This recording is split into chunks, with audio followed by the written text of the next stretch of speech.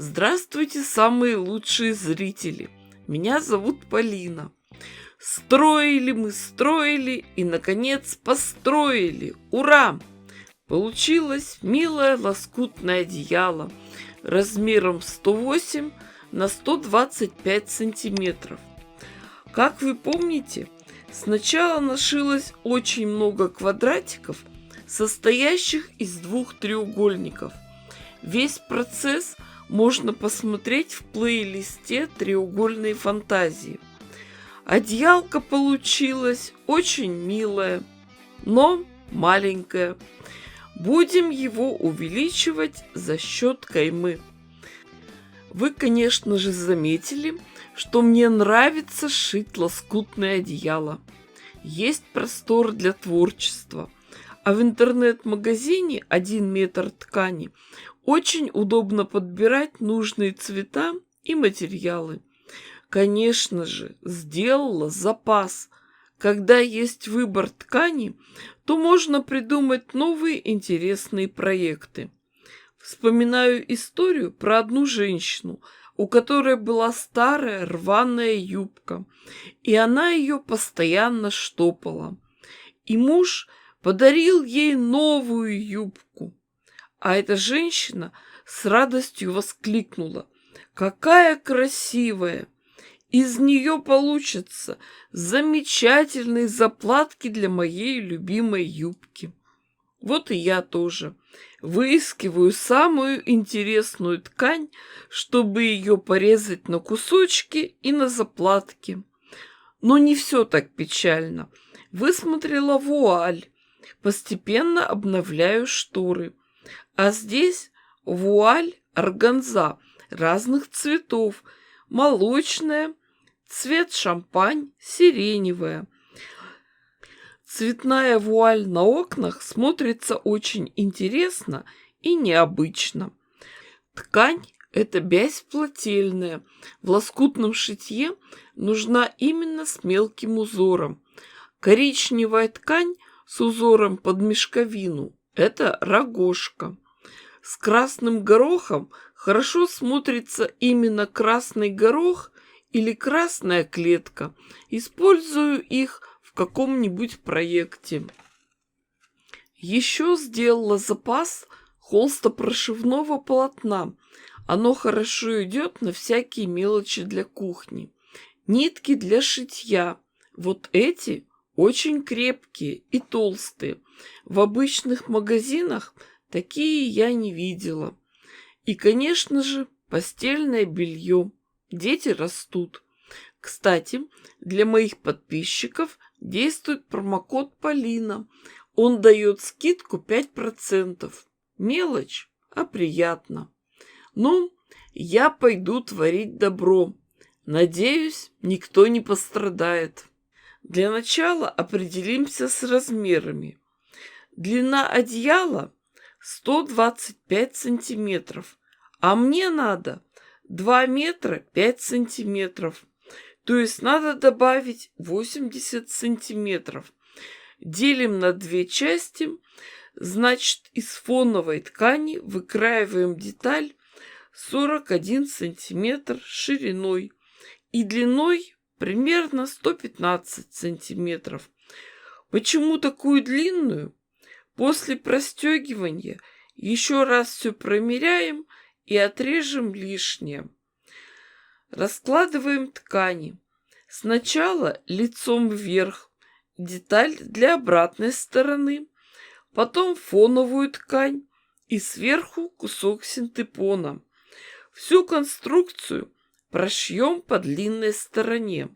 Потом все развернем и отстрочим этот шов на расстоянии 1 сантиметра от края. Все тщательно заколем булавочками. Эти детали нам надо простегать. Просто прошьем на швейной машинке. Вы, конечно, поняли, что таких деталей мы готовим 2. Для верха и для низа. Линии стежки нарисуем прямо на ткани по линейке. На готовой кайме проверим, подровняем края и отрежем лишний синтепон. Соединять большое полотно с каймой будем с помощью беек. Выкроем бейку из фоновой ткани шириной 5 см, а из ткани для обратной стороны 3 см. Удобнее начинать работу с большой детали. Тогда вся большая тяжелая масса лоскутного одеяла лежит с левой стороны. Широкую бейку складываем вдоль пополам. Прикладываем ее к краю лицевой части, а с обратной стороны, лицом к лицу, узкая бейка. Прошиваем сразу все вместе, одним швом. Смотрите, что у нас получается. А теперь узкую бейку отгибаем, к ней приставляем деталь каймы и тоже пришиваем. Помним про то, что ткани подвижные, и то, что сложенная вдвое бейка растягивается меньше, чем узкая. Поэтому лучше всего сначала сколоть булавочками детали в самом начале и в конце, потом зафиксировать серединку и шить, равномерно распределяя ткани. После того, как присоединили кайму к узкой бейке с обратной стороны, детали разворачиваем, широкую двойную бейку отгибаем и закрываем ею все стыки и соединения швов и прокладываем строчку. Получается очень красивое, крепкое и удобное соединение.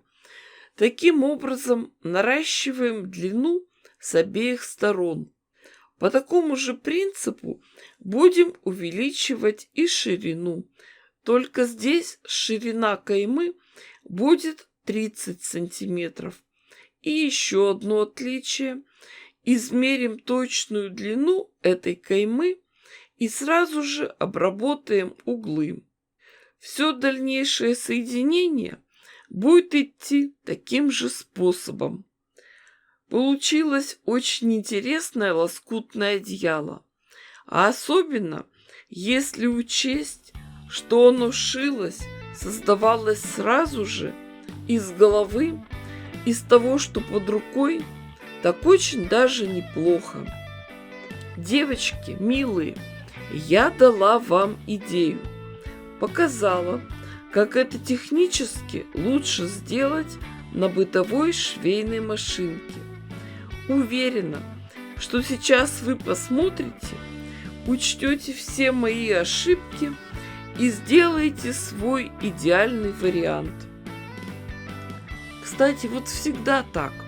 Долго и упорно шьешь большую вещь. Очень много времени проводишь за швейной машинкой. А в видеоролике все кажется простым и легким. Тяжело в учении, легко в бою. В своих роликах показываю и рассказываю такие тонкости, о которых молчат другие. А ведь многим начинающим мастерицам пригодятся эти подробности.